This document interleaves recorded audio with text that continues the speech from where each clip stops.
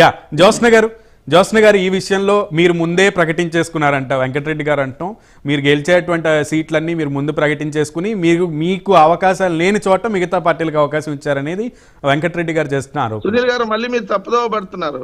లేదు, వాళ్ళు గెలిచే సీట్లు అన్న వాళ్ళు బీజేపీ వాళ్ళు అసలు దేనికి పనికిరాని సీట్లు మాకు ఇస్తారని వాళ్ళు అన్నారు.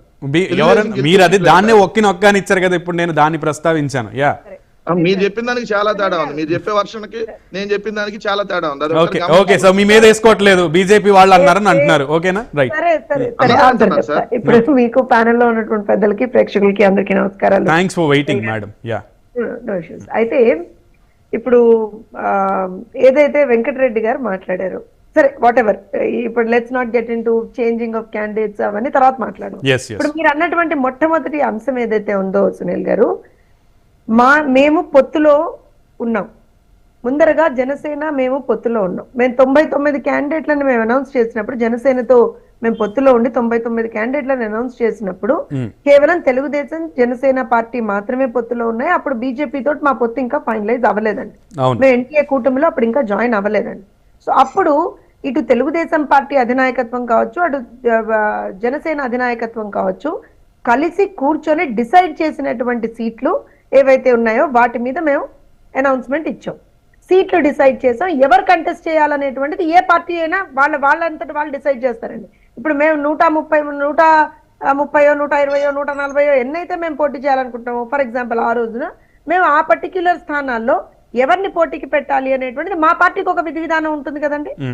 అలానే ఆ రోజున 23, 24 సీట్లు ఏవైతే జనసేన అనుకున్నారో వాళ్ళు వాళ్ళ పార్టీకి సంబంధించి ఎవరిని నిలబెట్టాలి అనేటువంటిది వాళ్ళకి విధి విధానాలు ఉంటాయి. అలానే ఇప్పుడు ఎప్పుడైతే మేము బీజేపీ తోటి అలయన్స్ లోకి వెళ్ళామో, ఇప్పుడు ఎవరినైతే మేము నిలబెట్టాలి అని అనుకుంటారో అది బీజేపీ ఇష్టం సార్. అక్కడ కూడా మేము వెళ్తామా ఏంటి? ఇది మరీ బాగుంది. వాళ్ళకు ఒక కమిటీ ఉంటుంది. మా పార్టీకి ఎలా అయితే ఒక కమిటీ ఉంటుందో వాళ్ళకి ఒక కమిటీ ఉంటుంది.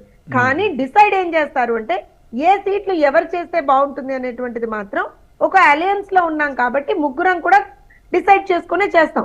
అది ఎవరు ఇండివిజువల్ గా చేయడానికి ఉండదండి. కాకపోతే ఏమవుతుందంటే ఇప్పుడు మనం పిఠాపురం విషయంలో చూడలేదా, చిన్నపాటి డిసెంట్ చూడలేదా?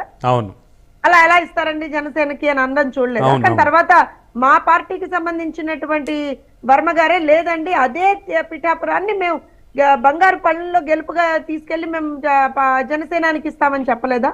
సో ఈ చిన్నపాటి ఉంటాయండి, ఉండకుండా దాన్ని పట్టుకొని పాపం లాగి లాగి లాగి లాగి ఎన్ని రోజులు. సరే, let's not enter into that also. ఇప్పుడు వీళ్ళు ఏమంటారు, తెలుగుదేశం మార్చింది కదా అంటే, అవును సార్ మేము అధికారంలో లేవు, మేము ప్రతిపక్షంలో ఉన్నాం, 5 సంవత్సరాలుగా మీరు అధికారంలో ఉన్నామని చెప్పుకుంటున్నారు, మేము బ్రహ్మాండమైనటువంటి పని చేశామని చెప్పుకుంటున్నారు, ప్రజల్లో మాకు అసలు అయ్య బాబోయ్ ఎంతో ఆదరణ ఉందని చెప్పుకుంటున్నారు, మేము మంచి చేస్తేనే మాకు ఓట్లు వేయండి అని చెప్పుకుంటున్నారు, మేము బ్రహ్మాండంగా వెళ్ళిపోతున్నాం అని చెప్తున్నారు, 175/175 ఎందుకు గెలవం మేమని చెప్పుకుంటున్నారు. అలానే అసలు మేము ఎక్కడ క్యాండిడేట్లను మార్చమని చెప్పింది కూడా వాళ్లే సునీల్ గారు, మేం కాదు చెప్పింది. సో అందుకని ఎప్పుడైతే వాళ్ళు ఫస్ట్ ఆఫ్ ఆల్ సమన్వయకర్తలని అదని ఇదని చేంజ్ చేసినప్పుడు ఒక పాయింట్ ఎందుకు రేజ్ అయిందంటే మీరే కదా అన్నది అనేటువంటి ఒక పాయింట్ రేజ్ అవుతుంది కదా. అండ్ ఇక్కడ ఇందులో చూడండి, ఇంట్రాస్టేట్ ట్రాన్స్ఫర్లు 2 కలిపి తీసుకొచ్చారు. ఎక్కడో బళ్ళారి నుంచి ఉన్నటువంటి క్యాండిడేట్ ని కూడా తీసుకొచ్చారు. So again I'm not going even enter into that also.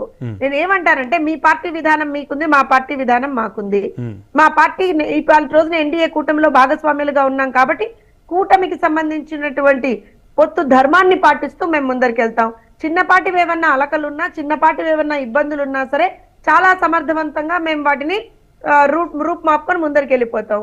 Yes, winnability is the question, no doubt about that, absolute గా నో డౌట్ అబౌట్ దట్. మేము ఏ ఒక్క ఛాన్స్ తీసుకోదలుచుకోవట్లేదు. ఎందుకంటే ఇవాళ ఛాన్స్ తీసుకుంటే నష్టపోయేది తెలుగుదేశమో జనసేనో బీజేపీ కాదండి, నష్టపోయేది ప్రజలు. 5 సంవత్సరాలుగా అదే జరుగుతుంది. అందుకని మేము ఖచ్చితంగా ఛాన్స్ తీసుకోం. ఎవరు ఏమనుకున్నా సరే ఛాన్స్ తీసుకోం. మేము అవుట్ రైట్ గా చెప్తున్నాం కదా, వినబిలిటీ ఇస్ ది ఆస్పెక్ట్. ఖచ్చితంగా winnability is the aspect, whether it is for Bharatiya Janata Party or Janasena or Telugu Desam Party. Winnability అనేటువంటిది ఖచ్చితంగా ఒక ఆస్పెక్ట్. దాంతో పాటుగా ఇందాక నేను ఇంకో విషయం కూడా ఏం చెప్తున్నానంటే సునీల్ గారు, దాంతో పాటుగా ఖచ్చితంగా ఇప్పుడు కొంతమంది సీనియర్లకు మా దగ్గర కూడా సీట్లు దక్కలేదండి. మా దగ్గర కూడా సీట్లు దక్కలేదు కొంతమంది సీనియర్లకి. మంత్రులుగా పనిచేసినటువంటి వ్యక్తులకు కూడా సీట్లు దక్కలేదు. ఒక్కొక్కసారి దట్ హ్యాపెన్స్. దాన్ని మేము సమర్థవంతంగా వాళ్ళతోటి మేము ఎక్స్ప్లెయిన్ చేసుకున్నాం. మా అధినాయకత్వం వాళ్ళని కన్విన్స్ చేసుకున్నారు. ఖచ్చితంగా సముచిత స్థానం కల్పిస్తామని చెప్పాం. We are going forward. ఈవెన్ జనసేనలో కూడా ఆ ప్రాబ్లం ఉంటే పవన్ కళ్యాణ్ గారు దాన్ని అడ్రస్ చేస్తున్నారు. బీజేపీలో కూడా ఆ ప్రాబ్లం ఉంటే బీజేపీ అధినాయకత్వం దాన్ని అడ్రస్ చేస్తారు. సునీల్ గారు 3 పార్టీలు కలిసిన మాకే మేము ఇన్ని ప్రాబ్లమ్స్ ఉన్నాయని చెప్పి పాప ఊరికి ఎత్తి చూపించేటువంటి వాళ్ళకి వాళ్ళ పార్టీలోనే సింగిల్ పార్టీ కదా, అవును, సింహాలు కదా, మరి వాళ్ళకే రోజుకొక తలనొప్పి. ఈ క్యాండిడేట్ మాకొద్దంటే ఈ క్యాండిడేట్ మాకొద్దని చెప్పి నియోజకవర్గాలలో మంచి చేస్తే కాదండి. ఇప్పుడు మీరు నిజంగా మంచి చేస్తే మేము ప్రజలకి మంచి చేశాం, చాలా మంచి చేశాం, చాలా అభివృద్ధి చేశాం ప్రతి ఒక్క కాన్స్టిట్యున్సీని అని అనుకున్నప్పుడు ఆ కాన్స్టిట్యున్సీలో ఎమ్మెల్యేగా పనిచేసినటువంటి వ్యక్తిని మీరు ఎందుకు మారుస్తున్నారు అనేటువంటిది ప్రజలు అడుగుతారు కదా. మంచి చేశారని మీరు చెప్తున్నారు కదా, మా పర్ఫార్మెన్స్ చాలా బాగుందని మీరు చెప్తున్నారు కదా. సో అలాంటప్పుడు ఖచ్చితంగా అడుగుతారు కదా.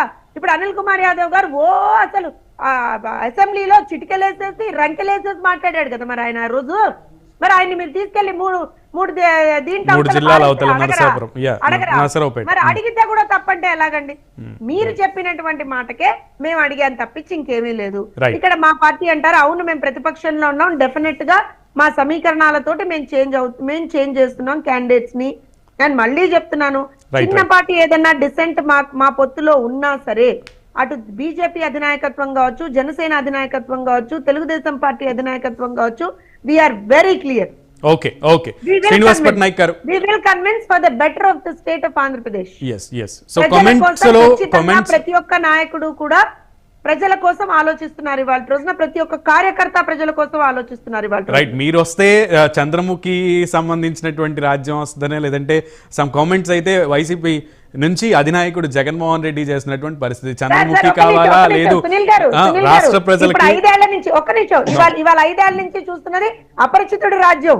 మర్చిపోయారా మీరు? రైట్ ఈ సినిమాలకు సంబంధించిన ప్రభావం రాజకీయాల్లో బాగా ఉంటుందని